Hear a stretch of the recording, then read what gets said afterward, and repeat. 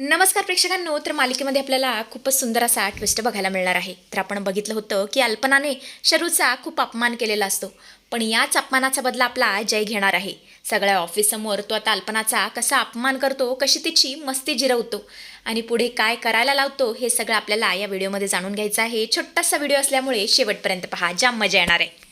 चला तर व्हिडिओला सुरुवात करूया. तर आपण पाहतो ऑफिसमध्ये सर्वजण घरी गेलेले आहेत. फक्त शर्वरी तिच्या डेस्कवर ती एकटीच बसलेली असते. ऑफिसमध्ये अंधारून आलेलं असतं. सरूच्या चेहऱ्यावर प्रचंड निराशा आणि डोळ्यात अश्रू असतात. ती शून्यात नजर लावून बसलेली असते. तेवढ्यातच तिथे जय येतो. तो तिला अशा अवस्थेत पाहून जरा अस्वस्थ होतो, थक्क होतो. जय हळू आवाजात काळजीत बोलतो, शर्वरी. तेव्हा शर्वरी दचकते आणि घाईघाईने आपले डोळे पुसते. शर्वरी बोलते, शायनर तू. मी माझं काम करत होते, माझं झालंय, मी निघतेच आता. पण जे मात्र तिच्या जवळ येतो, तिला थांबवतो आणि बोलतो, काय झालंय, बोल ना, नक्की काय झालंय तुला, तू अशी एकटी आणि उदास का बसलीयस. तेव्हा शर्वरी नजर चोरते आणि बोलते, काही नाही, खरंच काही नाही. तेव्हा जय बोलतो, शर्वरी खोटं बोलू नकोस. तू जरी मला सांगितलं नाहीस ना, तरी मला माहिती आहे तुझ्या डोक्यात काहीतरी सुरू आहे. तुझे डोळे सांगत आहेत की तुला कुणीतरी दुखावलंय. मला सांग नक्की काय घडलंय, सांग बरं. आणि जयच्या या मायेच्या बोलण्याने शरूचा बांध फुटतो. ती हुंदके देऊन रडायला सुरुवात करते. शर्वरी बोलते, शायनर मी काल अल्पना मॅडमकडे गेले होते. तेजू मॅडमच मला घेऊन गेल्या होत्या. मी फक्त माझं काम करत होते. खरं तर त्यांना चहा देत असताना चुकून त्यांचाच हात मला लागला आणि त्यांच्या चुकीमुळे सगळा चहा त्यांच्या अंगावरती, त्यांच्या एक्सपेन्सिव्ह साडीवरती सांडला. आणि मग मला त्या खूप ओरडल्या. मला वाटेल ते बोलल्या. इतकं बोलल्या ना, मी तुम्हाला सांगू शकत नाही. माझा खूप अपमान केला त्यांनी सर्वांसमोर. जय आता जरा गंभीर होतो आणि म्हणतो, काय म्हणाल्या त्या. तेव्हा शौर्यरी बोलते, त्या म्हणाल्या की एम्प्लॉई हा पायातल्या चपलासारखा असतो. त्याला नेहमी पायातच ठेवायचं, डोक्यावरती बसवायचं नसतं. आणि हे वाक्य ऐकल्यावर मला खूप म्हणजे खूप वाईट वाटलं. इतकं वाईट वाटलं की मी तुम्हाला सांगूसुद्धा शकत नाही. आणि हे ऐकल्यावर जयच्या चेहऱ्यावरील शांतता नाहीशी होते आणि तिथे प्रचंड संताप दिसू लागतो. त्याचे हात मुठीत वळतात. जय संतापाने जोरातच ओरडतो, व्हॉट, हा एवढा मोठा अपमान. आणि तिथे आई होती ना, ती काहीच बोलली नाही का यावर. तिने तुला डिफेंड करायला पाहिजे होतं. तिने तुला डिफेंड केलं की नाही. तेव्हा शरू बोलते, नाही ना बोलल्या. उलट तेजू मॅम माझ्याजवळ आल्या आणि त्या मलाच ओरडल्या. त्या म्हणाल्या की माझ्यामुळे हे मोठं कॉन्ट्रॅक्ट कॅन्सल झालंय. सगळा दोष माझ्याच माथी मारला. आणि हे ऐकून तर जयचा पारा इतका चढतो, त्याचा राग इतका अनावर होतो की काय सांगायलाच नको. तो बोलतो, नाही, हे अजिबात शक्य नाही. अल्पना मॅडम जे काय वागले आहेत ना, ते फार चुकीचं आहे. त्यांना त्यांच्या ऑफिसमध्ये त्यांच्या एम्प्लॉईजबरोबर जे काही करायचं असेल ते त्या करू शकतात, पण माझ्या एम्प्लॉईजसोबत असा अपमान झालेला मला अजिबात चालणार नाही. आणि त्यात तुझ्याबरोबर तर बिलकुल नाही, कारण तू माझी. जे मात्र हे सगळं रागाच्या भरात बोलून जातो आणि अचानक तो थांबतो. तो म्हणतो, तू माझी, तू माझी. हे शब्द ऐकून शरू रडता रडता स्तब्ध होते. ते आश्चर्यचकित होऊन जयकडे पाहते आणि बोलते, शायनर काय म्हणालास, तू माझी. तेव्हा जय स्वतःला सावरतो. थोडासा अडखळत बोलतो, कारण तू माझी बेस्ट फ्रेंड आहेस आणि एक चांगल्या एम्प्लॉईसोबत तू माझी मैत्रीणसुद्धा आहेस. शरू खाली पाहते. तिला स्वतःचीच लाज वाटू लागते. ती मनातल्या मनात विचार सुरू करते की ज्या शायनरचा मी इतका रागराग करत होते, ज्याला मी नेहमी चुकीचं समजत होते, तो आज चक्क माझी बाजू घेतोय. माझ्या एका अपमानासाठी तो स्वतःच्या आईच्या मैत्रिणीविरुद्ध उभा राहतोय. जय ठामपणे बोलतो, सरू तुझा अपमान केलेला मला चालणार नाही आणि या अपमानाचा बदला मी कसा घेतो ते तू बघच. मला खूप राग आलाय आणि या अपमानाचा मी सव्याज बदला घेतल्याशिवाय शांत बसणार नाही. आता बघच मी उद्या काय करतो. त्या अल्पनाला तुझी माफी मागावीच लागेल, तेही सगळ्या ऑफिससमोर. आणि हा जय खानोलकरचा शब्द आहे. दुसऱ्या दिवशी आपण पाहतो तर काय, कॉन्फरन्स रूममध्ये मोठी मीटिंग अरेंज केलेली आहे. कल्पना आणि तिचा नवरा मोठ्या थाटामाटात येऊन बसलेले आहेत. जय शांत पण करड्या चेहऱ्याने खुर्चीवर बसला आहे आणि तिथे शर्वरी सुद्धा त्याच्याच बाजूला बसलेली असते. जय अत्यंत थंड आणि कोरड्या आवाजात बोलतो, हे बघा, आई तुमच्याशी या कॉन्ट्रॅक्टबद्दल बोलली होती आणि तिची इच्छा होती की आपण एकत्र काम करावं. पण आता मला हे कॉन्ट्रॅक्ट मोडायचं आहे. मला तुमच्यासोबत कोणतंही काम अजिबात कंटिन्यू करायचं नाहीये. अल्पना आणि तिच्या नवऱ्याला दोघांनाही मोठा धक्का बसतो. त्यांच्या चेहऱ्यावरील हसू मावळतं. अल्पनाचा नवरा घाबरतो आणि बोलतो, सर अहो हे काय बोलताय तुम्ही, कॉन्ट्रॅक्ट तोडू नका ना. आम्हाला वाटलं होतं तुम्ही पुढची मीटिंग करण्यासाठी बोलवलंय, पण इथे तर तुम्ही वेगळीच भाषा करताय. असं अचानक काय झालंय. तेव्हा जय खुर्चीवरून उठतो आणि बोलतो, घडलंय तसं. काल आमच्या एका एम्प्लॉईचा, शर्वरी परब यांचा, तुमच्या मॅडमनी अत्यंत घाणेरड्या शब्दात अपमान केलाय. तेव्हा अल्पना बोलते, जय सर अहो हे काय बोलताय तुम्ही. ती फक्त एक एम्प्लॉई होती आणि एम्प्लॉईचा अपमान केला तर काय बिघडलं.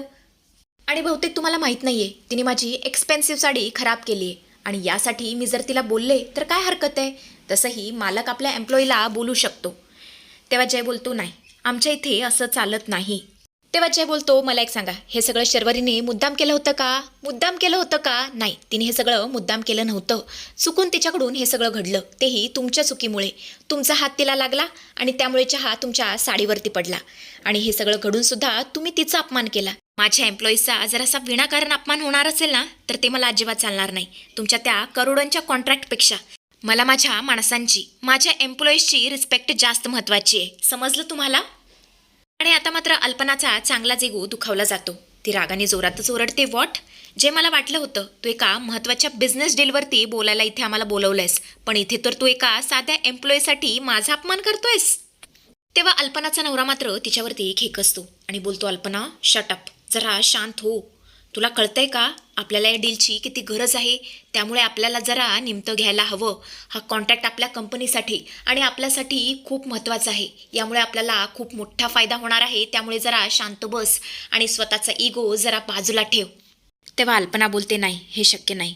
त्यावर अल्पनाचा नवरा इतका चिडतो, तो जोरातच ओरडतो, अल्पना तुझं डोकं फिरलंय का? आपल्यासाठी ही मीटिंग, हे कॉन्ट्रॅक्ट फार म्हणजे फार महत्त्वाचं आहे. हे कॉन्ट्रॅक्ट आपल्याला कोणत्याही परिस्थितीमध्ये गमावून चालणार नाही. आणि यासाठी तुला जर माफी मागावी लागली ना, तरीही तू आत्ताच्या आत्ता माफी माग. पण हे कॉन्ट्रॅक्ट हातातून जाता कामा नये. हे आपल्या इमेजसाठी आणि आपल्या कंपनीच्या अस्तित्वासाठी फार म्हणजे फार महत्त्वाचं आहे. कल्पनाचा इगो जरी दुखावला असला तरी नवऱ्याच्या दबावामुळे तिला कॉम्प्रोमाइज करावंच लागतं. ती नाईलाजाने शरूकडे बघू लागते.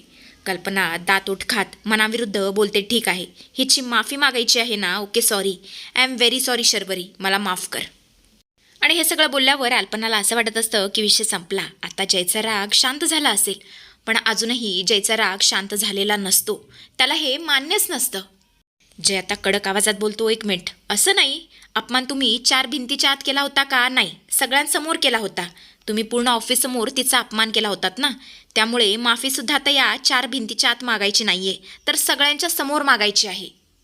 आणि हे ऐकल्यावर कल्पनाला प्रचंड राग येतो. खूप मोठा धक्का बसलेला असतो. ती धक्क्याने जोरातच ओरडते, काय? अरे जय, तू विसरतोयस का मी कोण आहे ते? मी अल्पना आहे, अल्पना, आणि मी या 1.5 दमडीच्या एम्प्लॉईची माफी मागायची जमणार नाही. तेव्हा जय बोलतो, ठीक आहे, असं म्हणत असतो दरवाजाकडे हात दाखवतो आणि बोलतो, चॉईस तुमचा आहे, माफी की कॉन्ट्रॅक्ट, आता तुम्हीच ठरवा तुम्हाला काय हवं आहे. आणि मग काय अल्पनाचा नवरा तिला अक्षरशः आवडत ऑफिसच्या मुख्य फ्लोअरवरती घेऊन जातो. जय तिथे सर्व एम्प्लॉईजना एकत्र बोलावतो.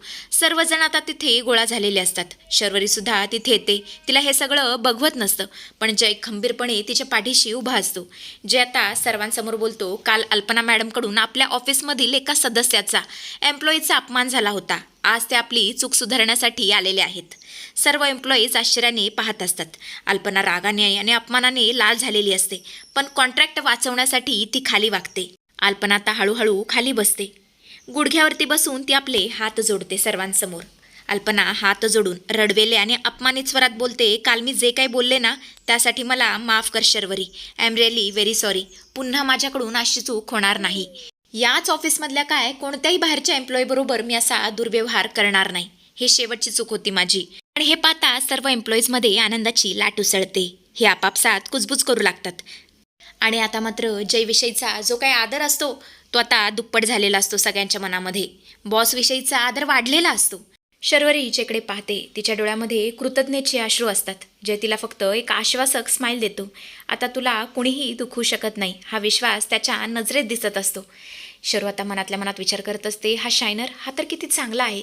असा बॉस मिळणं म्हणजे आमचं खूप मोठं भाग्य आहे. खरंच उगाचच मी त्याला वाईट समजत होते. आणि अशा प्रकारे तिलासुद्धा आता जयप्रती प्रेम वाटायला सुरुवात झालेली असते. तर अशा पद्धतीचा ट्विस्ट आपल्याला येणाऱ्या भागांमध्ये बघायला मिळणार आहे.